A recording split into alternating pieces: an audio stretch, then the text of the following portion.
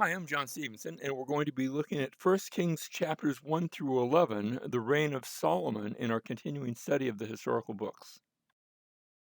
We notice that First Samuel talks about Samuel and Saul. Second Samuel is the story of David as king, and now we're coming to First and Second Kings. First Kings is going to introduce to us Solomon. We'll have the divided kingdom, and then Second Kings will eventually bring us to the fall of the divided kingdoms.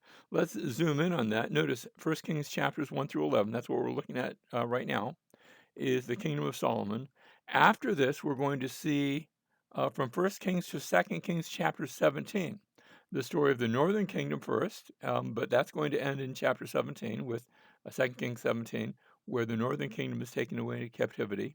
And then the southern kingdom of Judah, we'll see that story all the way up to the end of Second Kings. Now, the title of the book, the Hebrew title of the book is Melech, which just means king, or Melachim, which would be the plural, kings. And that consists of the books that we think of as First and Second Kings. They're really one book. I know we have them divided into two parts in our Bibles.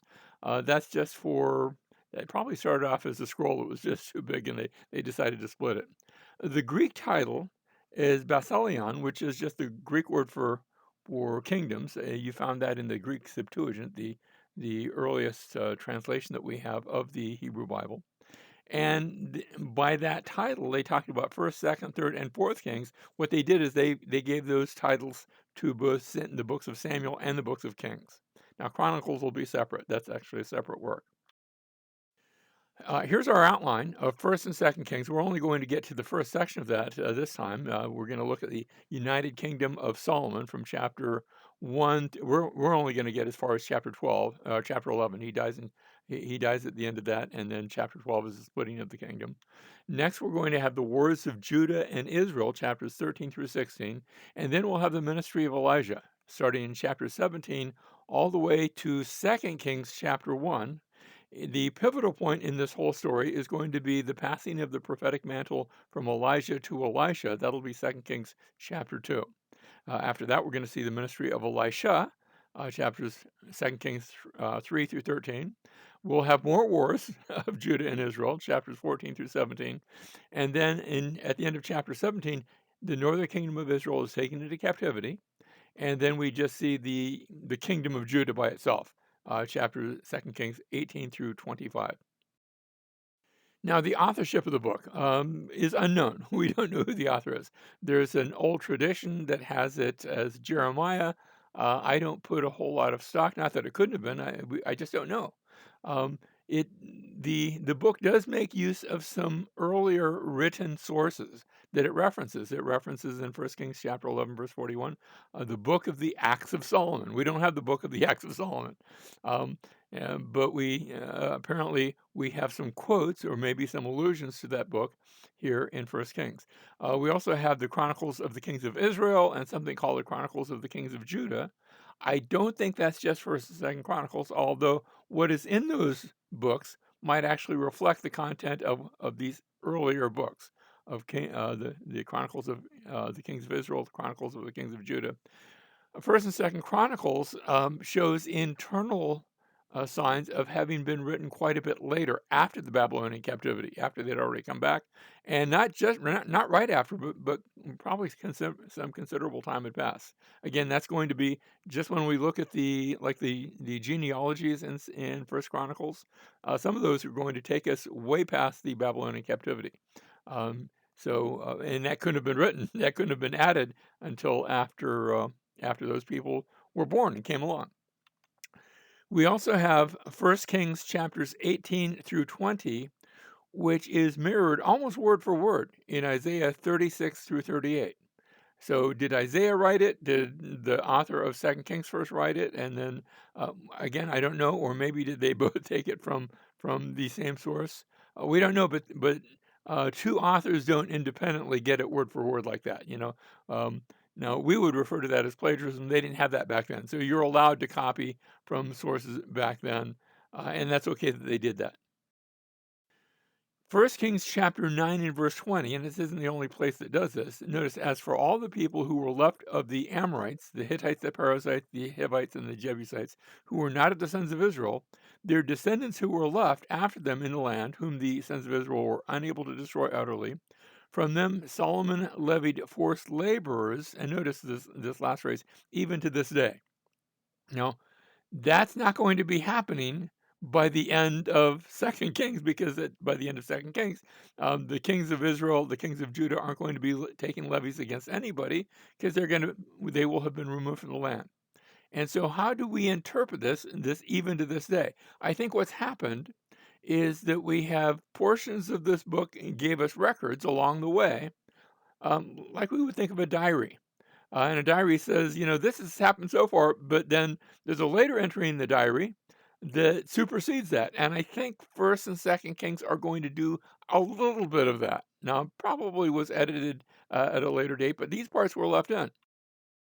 We have the same thing happening in the description of the Holy of Holies, where we read the poles to the Ark of the Covenant. The poles were so long that the ends of the poles could be seen from the holy place before the inner sanctuary, but they could not be seen outside.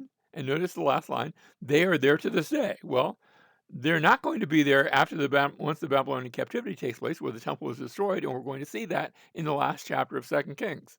So this was written apparently before the destruction. This part of it was written before the destruction of Jerusalem, and it stayed there. It didn't get changed, and so we have an ongoing story as it's being written, perhaps, that we get all the way to the Babylonian captivity, and things changed, but nobody went back and re-edited this portion. And I think that's rather neat. It's going to mean that these books are going to take us there, in a sense, almost while it's happening. And I love that. Now, still under the authorship, we just want to look at the dates involved. We have the United Kingdom then, starting with, of course, David is still alive when we start with First Kings, and then Solomon. And then after the death of Solomon, as we already said, we're going to have the kingdom split, where the northern kingdom of Israel will continue until the year 721 BC.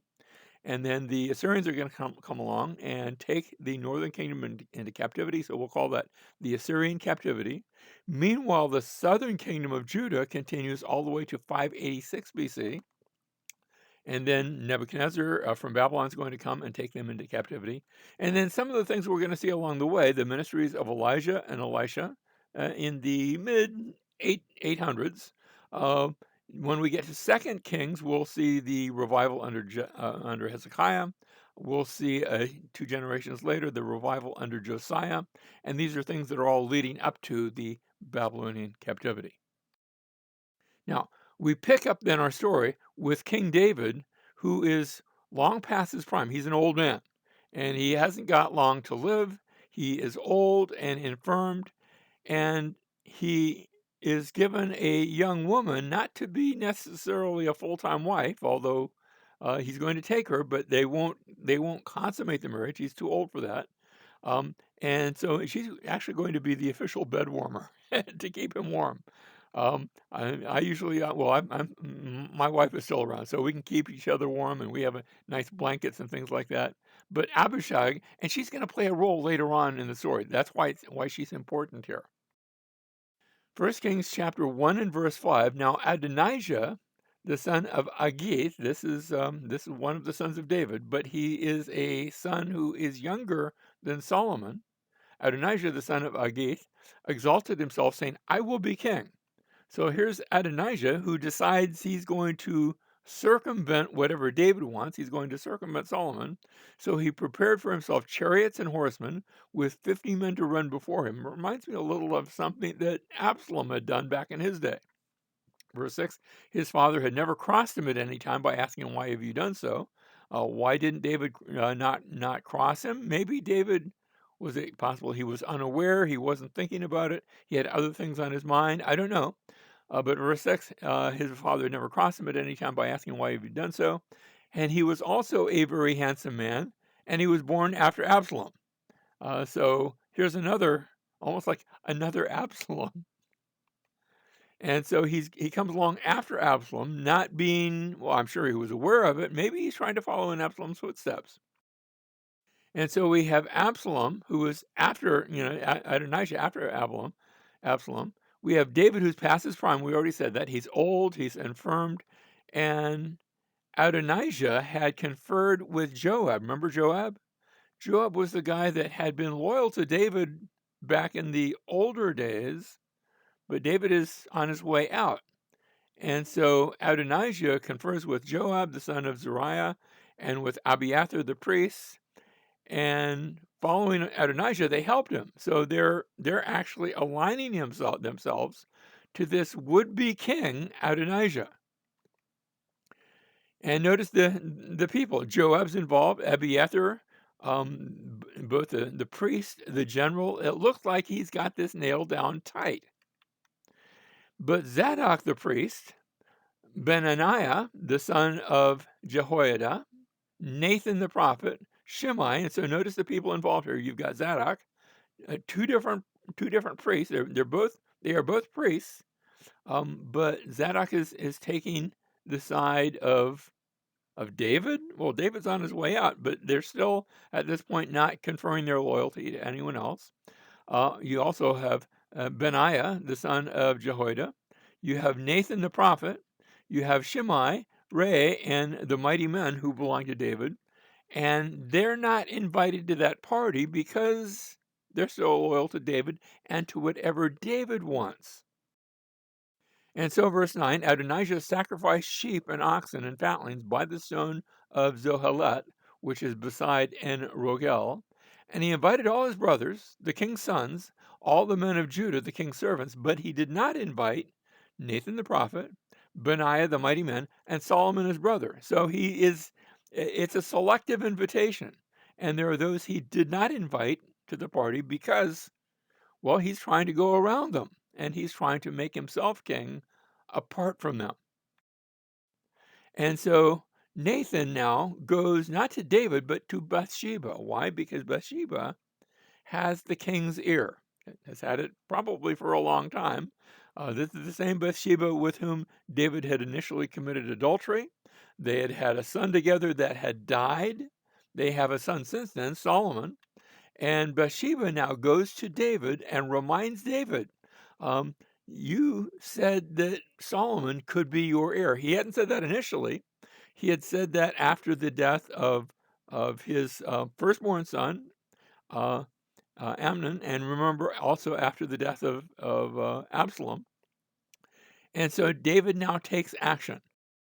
And the king says, this is David, gives instructions, take with you the servants of your Lord and have my son Solomon ride on my own mule. This is a sign of the passing of the baton, the passing of the mule, and bring him down to Gihon. Now, Gihon is in Jerusalem. There's a spring there about halfway down the city. And when we're talking about Jerusalem in this day, remember, Jerusalem was just a fairly small city built upon a ridge. That ridge we call the city of David today. The temple would eventually be built to the north. That wasn't there yet.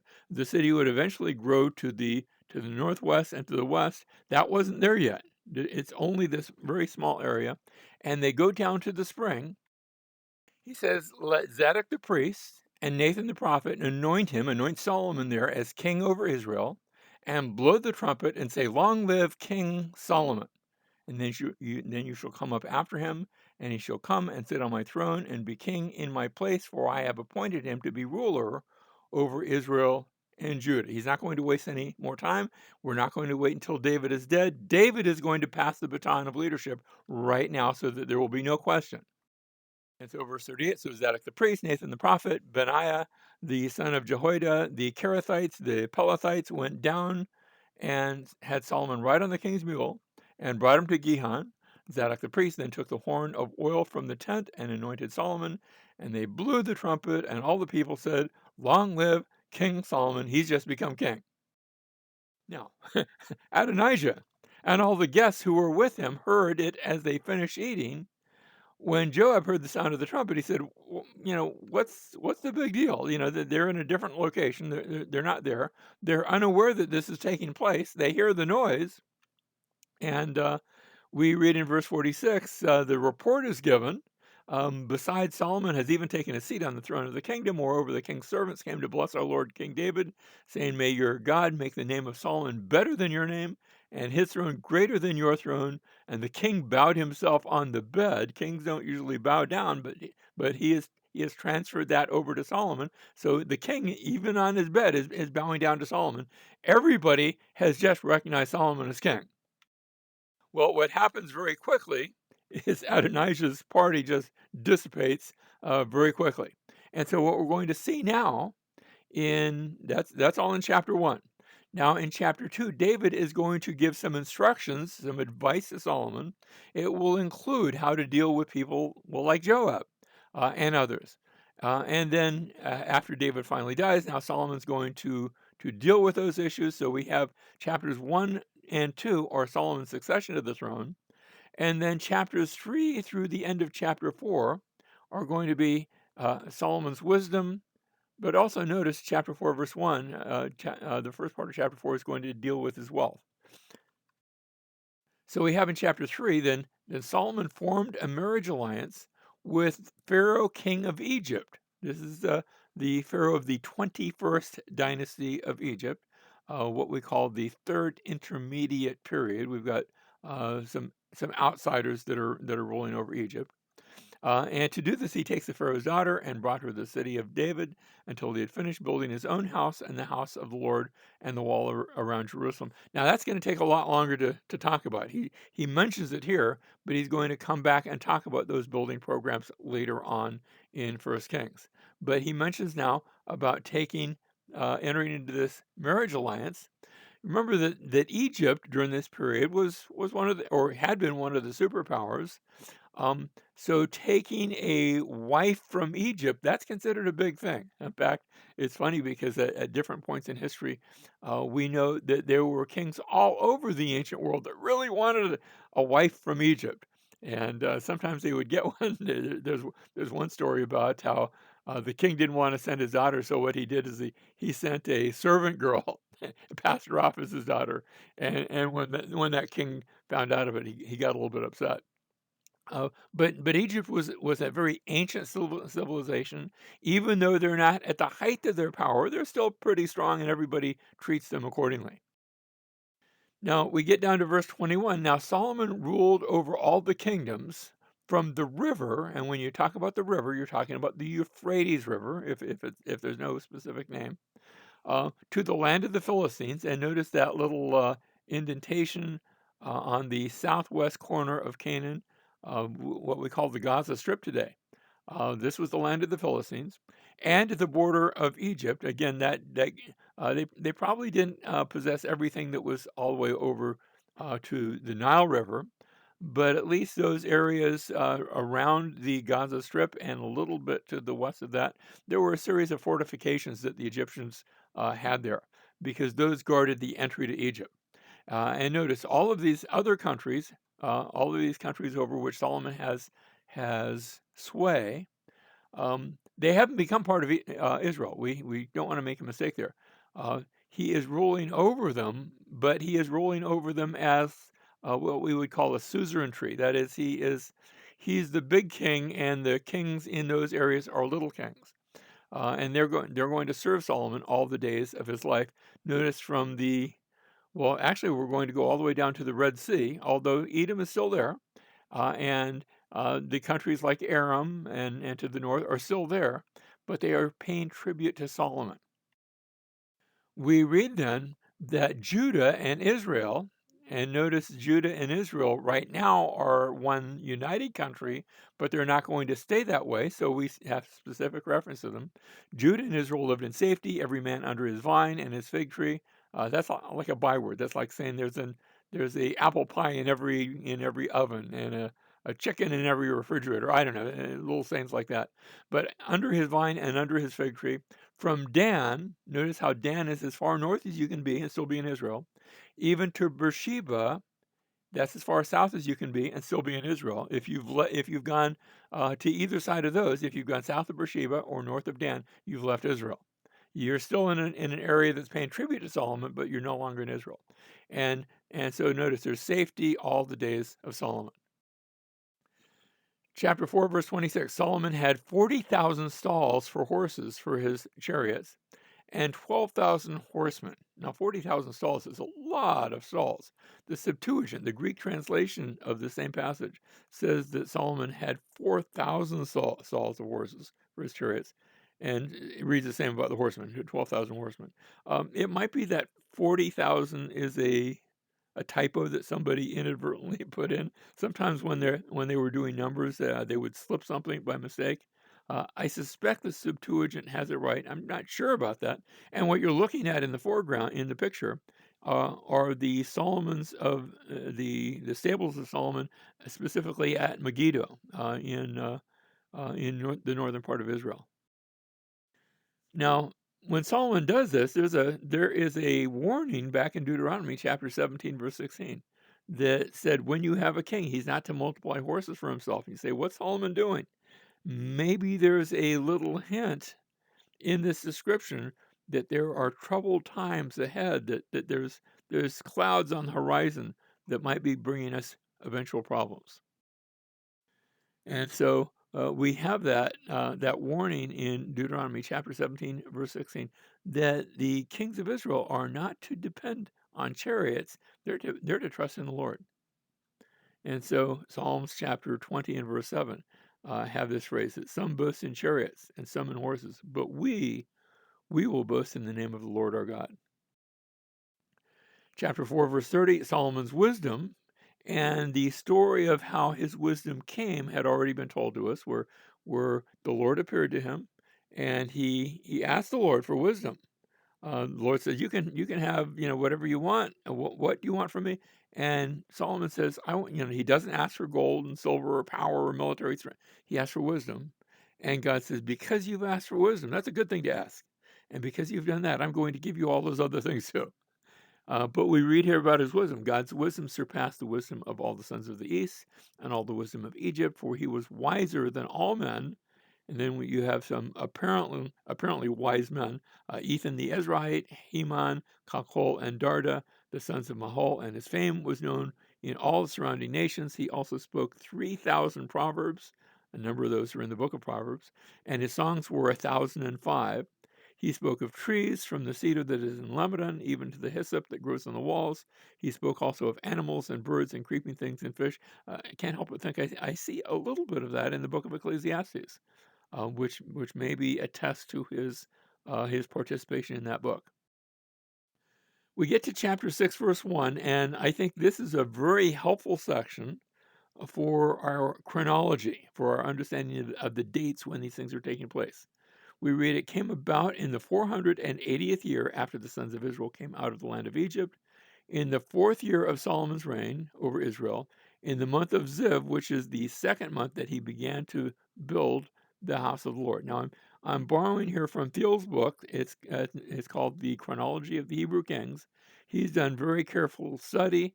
Notice he gives these dates based upon this passage, based upon a literal reading of what we call the Masoretic text. That's the Hebrew text from this passage. Um, would take us from Solomon's death. Most people agree it's around 931 BC. Um, Notice this 4th year of Solomon that's being referenced here, 967, and then I just go back 480 years to the Exodus being 1447 BC. Now, I usually round it off because, are we talking about an exact year, or sometimes years are rounded off. In fact, even when I read about 480 years here, could it have been 479 or 481? Uh, I'm going to just round it off, and I think sometimes the Bible does that. Maybe it's doing that here. But if it's saying it's 480 years, it's not rounding off to like it's really 200 years. It's in that neighborhood, and I'm taking that literally.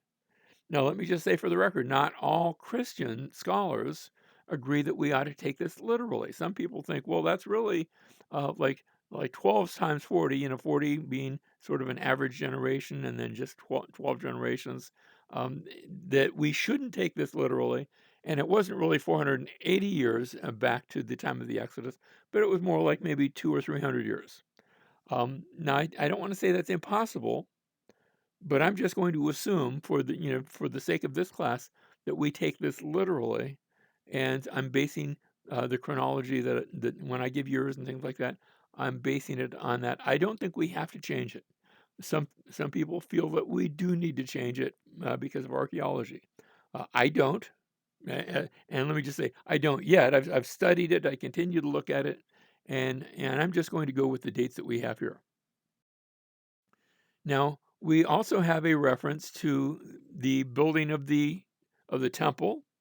Notice he prepared an inner sanctuary within the house, that is the house of the Lord, in order to place the Ark of the Covenant of the Lord. And the Ark of the Covenant is going to be placed inside the, by the way, notice how this painting has the poles of the Ark, because we're going to be told, we already noticed a later description describes the poles as sticking out of the Holy of Holies. The Holy of Holies was rather large place. It was everything in the temple was twice the size of the tabernacle. So everything's doubled. And notice I've got the Ark of the Covenant, but I also had statues of two cherubim made of olive wood and then covered in gold that were also there in the Holy of Holies. And so we have noticed the inner sanctuary, where we had two cherubim of olive wood, each of 10 cubits high. Notice in this picture, you see the cherubim on the Holy of Holies. And in this particular picture shows stairs going up to the Holy of Holies. I tend to think that might be accurate. And so the pictures that I've chosen usually reflect that. If you go to the Temple Mount itself, there is a section of that Temple Mount where the bedrock is higher than the surrounding mountain. Um, and that bedrock, that's why they call it. There is today in that section a structure called the Dome of the Rock. It's because of that bedrock that's there. And so he placed the cherubim in the midst of the inner house, and the wings of the cherubim.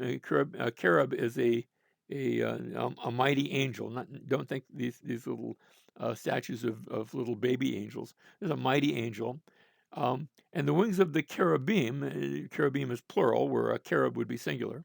They were spread out so that the wing of the one was touching the one wall, and the wing of the other cherub was touching the other wall. So their wings were touching each other in the center of the house. And he also overlaid the cherubim with gold. There's the gold over top of that. And so these filled the entire Holy of Holies. This sort of honor guard on standing on either side of where the Ark of the Covenant was. And of course, the Ark of the Covenant itself has statues of cherubim on its lid as well. What's interesting is that we have this same sort of thing pictured. Now, this picture is actually from Tutankhamun's tomb, and it reflects one panel of like a portable closet that had items within it pertaining to the king. But notice these winged creatures. That is Egypt, not Israel. But across the cultures, they had the same idea of these mighty winged creatures. Did they get this from the Lord? I'm not sure. But I find it fascinating that that same picture goes to other related cultures of the ancient Middle East. Verse 31, for the entrance of the inner sanctuary, he made doors of olive wood, the lintel and five-sided doorposts. So he made two doors of olive wood, and he carved on them carvings of cherubim. So not only did you have the statues, but then on the doors, you also had carvings of cherubim, palm trees, open flowers, overlaid them with gold, and he spread the gold on the cherubim and on the palm trees, and you just seem to have gold everywhere. In the 4th year, the foundation of the house of the Lord was laid in the month of Ziv. In the 11th year, so you do the math, that's 7 years later, in the month of Bul, which is in the 8th month, the house was finished throughout all its parts and according to all its plans. So he was 7 years in building it, and now the temple is completed. He fashioned the two pillars of bronze. Notice in the picture below, you actually have these pillars that stood outside the temple. 18 cubits. Now, a cubit is about 18 inches, so roughly like 27 feet high, and a couple of 3 stories high, was the height of one pillar, and a line of 12 cubits measured the circumference of both. He also made two capitals of molten bronze to set on top of the pillars, and the height of the one capital was 5 cubits, and the height of the other capital was 5 cubits. So these matching pillars standing outside the temple. Um, if if the temple describes the the throne of God, because that's where God's throne was, imagine if you can, now symbolically, it didn't look like this, but symbolically, if the think about how God's going to talk about the earth as his footstool, and the temple is his throne, and and it's almost like these two pillars of bronze represent his legs as he's sitting on a throne. Now I say that because what do you have at the top of the legs? You have that which represents fertility, as you have in any man. Um, and so maybe a little bit of imagery there. When you get to the book of Revelation, in Revelation chapter 1, you're going to see Jesus described with legs of bronze. I think there's a connection here. I think there's a connection here. Well, so these pillars of bronze, notice we have their names, Jachin, he shall establish, and Boaz, just like the Boaz in the book of Ruth, his name means strength. And pomegranates at the crests, symbolizing fertility, and maybe a picture symbolically, not an actual picture, but a symbolic picture of God seated upon his throne. So here's the temple. Again, I'm showing you pictures that show the steps leading to the top. I think that's accurate. The innermost shrine, and the idea of having a shrine, of having a most holy place. We say holy of holies because when you want to say a most holy place, you say it twice. You say holy of holies, just like Song of Songs, or in Genesis chapter 2, verse 17. In the day that you eat of it, dying you will die. It means you're really going to die. This is the really holy place, is the idea. And the idea of having a holy of holies inside a temple, you see this in a number of ancient temples. I've been inside of temples in Egypt and seen the same thing. I've actually gotten, now, you weren't supposed to go inside the Holy of Holies in Solomon's temple. I've been in the Holy of Holies of several different temples in Egypt, where you'd have this small room in the very innermost part. And as I said about the dimensions, notice we have the dimensions of the tabernacle. Now, I don't think in cubits. I gave them here. I tend to think in feet. If you think in meters, sorry about this. But the notice the Holy of Holies was 15 feet by 15 feet. It was a square. Actually, it was in the shape of a cube. And the temple is going to be double that. So it's going to be 30 feet by 30 feet by 30 feet. So 30 feet wide, 30 feet long, and 30 feet high, where the height as well. This perfect cube, which happens to be the dimension that I see. Now, it's much bigger, but remember this, the description of the heavenly Jerusalem in Revelation chapters 21 and 22? Where the city is described as coming down from heaven, and its length and its width and its height are all equal. How equal? What are they? They're 12,000 stadia. Now, it doesn't say in cubits, stadia. That's like the size of a stadium. My New American Standard translates, I think it says something like 1,600 miles, which may be accurate, but it messes up the symbolism. You're supposed to hear the 12,000. But since we don't think in stadia, they decided to make it into feet and miles and things like that, which is probably a good thing. But the picture there is that an entire city that becomes the Holy of Holies. Well, here we have the temple that's being built. If you go to Jerusalem today, you will see on that same site of where Solomon's temple once stood, the Dome of the Rock. And notice, even to get up to that level, you're going upstairs because that's the top of the mountain. The Temple Mount was and still is a mountain. Now, a lot of that has been raised up, and some of it by Solomon, but some of it at a much later date by Herod the Great. You could go into the Dome of the Rock, and I've been on the outside. I took that picture. This is compliments of National Geographic a number of years ago. The reason it's called the Dome of the Rock is because the bedrock is at the very center underneath the dome, and that's actually raised up a little bit higher than the surrounding area. You're actually seeing the very top of the mountain. 1 Kings chapter 7, verse 23, now he made the sea of cast metal, 10 cubits from brim to brim, circular in form, and its height was 5 cubits and 30 cubits in circumference. Notice this big giant laver of water. When the Israelites had been going through the wilderness, they had a little tiny portable laver of water. This is going to be replaced now by this big giant laver of water, and notice it's called the sea. Think about how in Revelation chapter 4, John has this vision of the very presence of God, and there is the floor described as a crystal sea, looking like a crystal sea.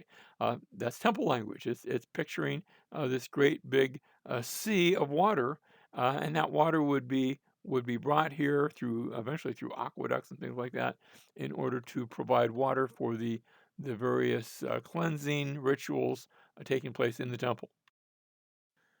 Chapter 8, verse 1, Then Solomon assembled the elders of Israel and all the heads of the tribes, the leaders of the father's household of the sons of Israel, to King Solomon in Jerusalem, to bring up the ark of the covenant of the Lord from the city of David. It had been in Jerusalem, but now it's going to come up from the city of David into the temple itself.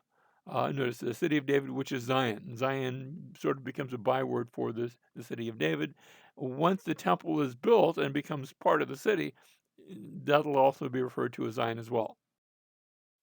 All the men of Israel assembled themselves to King Solomon at the feast in the month Ethanim, which is the seventh month. Seventh month, that would be corresponding to around September for us. So they're going to do this right around the time of both you've got Yom Kippur, but you also have the Feast of Tabernacles. And what a great time to bring in the Ark of the Covenant, where it will be going from sort of an old tabernacle to the temple.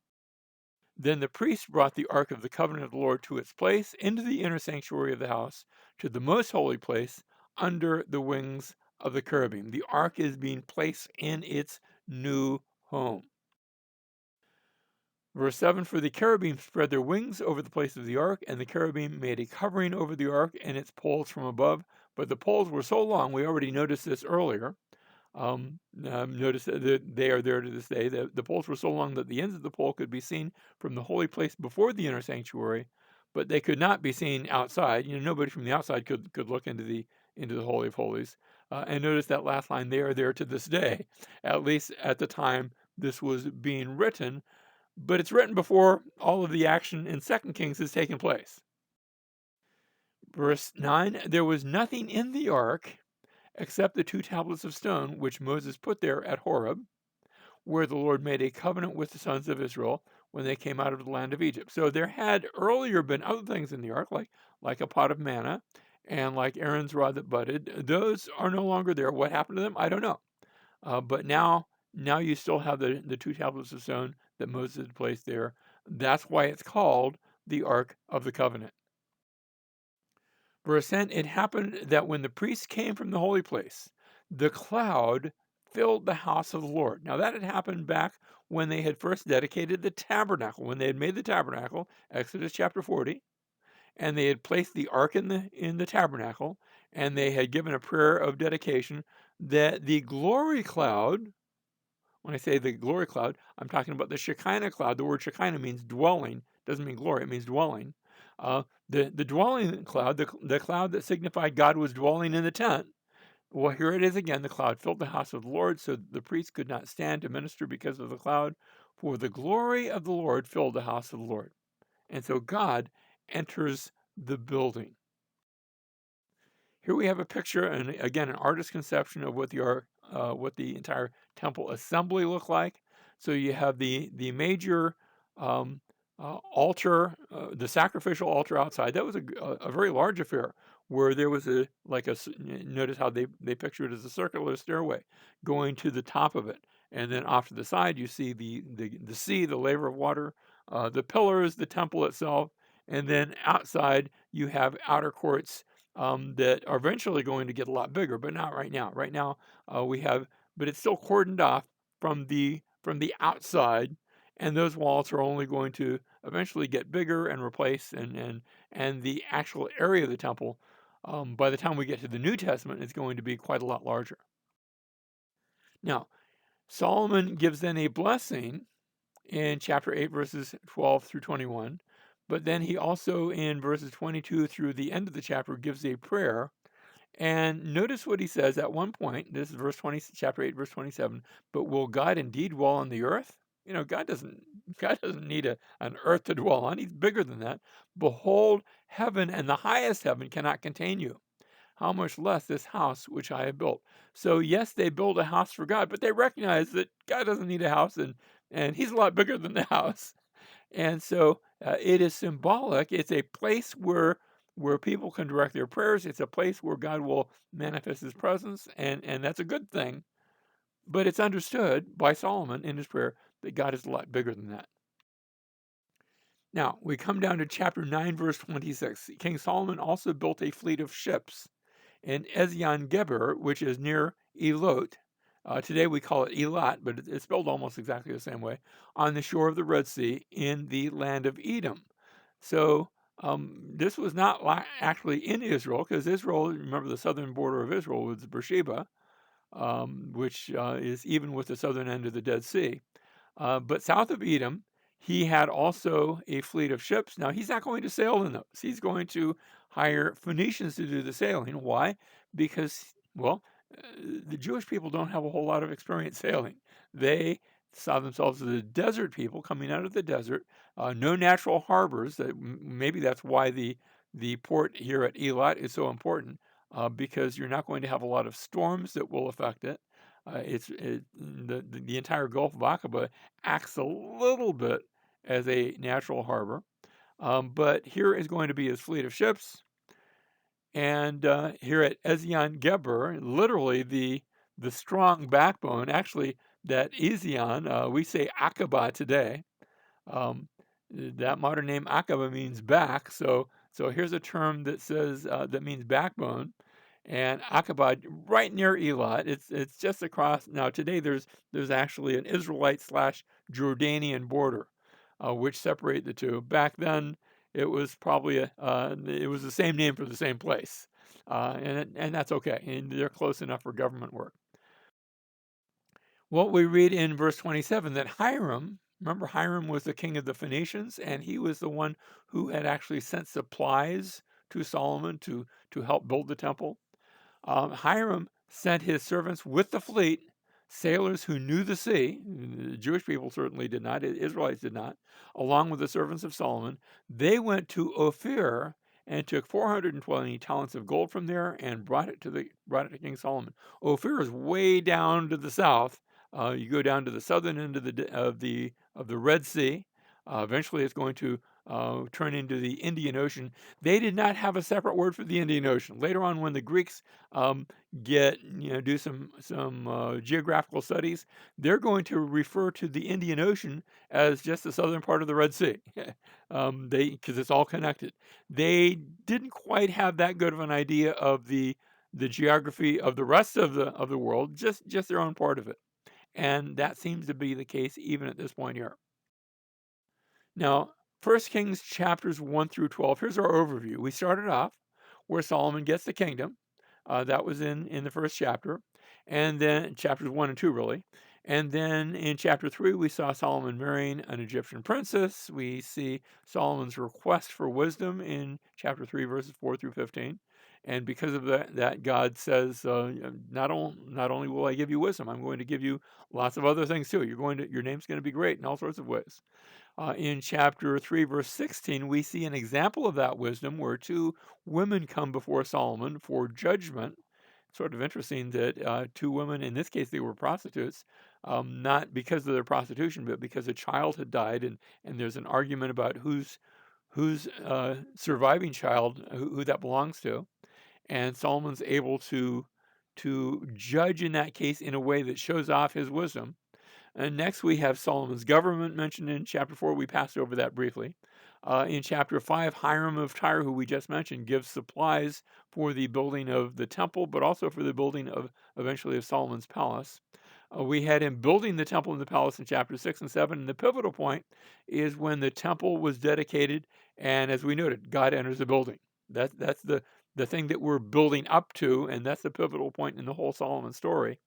After that, we see the Lord appearing, and the temple is affirmed in chapter 9. We have again Hiram. This time he is paid for his supplies. And it's interesting because I'm not sure that they quite saw eye to eye on the value of the payment, but the payment was actually a number of cities. including Megiddo. We have Solomon's government again mentioned in the latter part of chapter 9. We have again not two women, but now the Queen of Sheba. Sheba's way down to the south, the southern, or the south part. Actually, you go down south of Arabia, and she comes to Solomon, and she's also impressed with his wisdom. She had heard of it.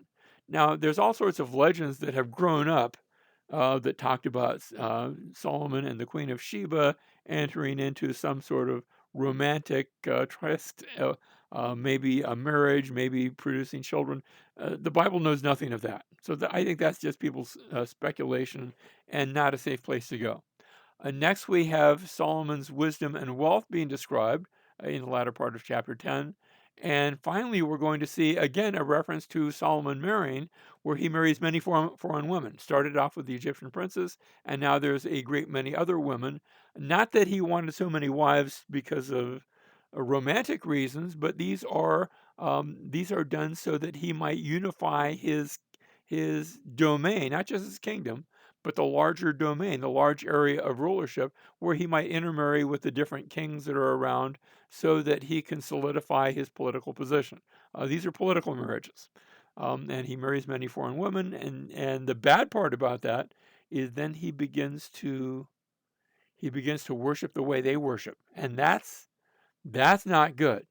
And so we see at the end, and we're going to look at that next week, next time, where Rehoboam, the son of Solomon, will lose the kingdom. So we began with Solomon getting the kingdom, but then when it comes to Rehoboam, his son, will lose the united kingdom. He won't have nothing. He's going to still have Jerusalem. He'll still have the kingdom of Judah, but it will be much smaller. Now, chapter 11, verse 1, let's look at that, where King Solomon loved many foreign women, along with the daughter of Pharaoh. Moabite, Ammonite, Edomite, Sidonian, Hittite women from the nations concerning which the Lord had said to the sons of Israel, "You shall not associate with them, nor shall they associate with you, for they will surely turn your heart away after their gods." And that was the warning. And Solomon held fast to these in love. Now, I think he initially enters into this because of political reasons. I said that. But it turns into more than that. And so we read that he had 700 wives, princesses, and 300 concubines. Um, I don't want to speak for him. I don't think I would have been able to keep the name straight. I have problems just keeping the name straight in my classrooms, and I've got a lot less students than that. Verse 4, for when Solomon was old, his wives turned his heart away after other gods, and his heart was not wholly devoted to the Lord his God, as the heart of David his father had been. David had conquered nations and had solidified things, but he did that now. And David had a number of wives too, but they were not pagan idol worshippers, and that's where Solomon goes wrong. I'm not saying it's good to have a bunch of wives, but in this case, he went over and beyond, and they lead his heart away. So notice this happens when he's old. It may have started younger, but when he's old, that's when the heart goes away. Um, it's important to start well, but spiritually speaking, let me say, it's also important to finish well. And I think Solomon started well, but I don't think he finished well. And that's the problem.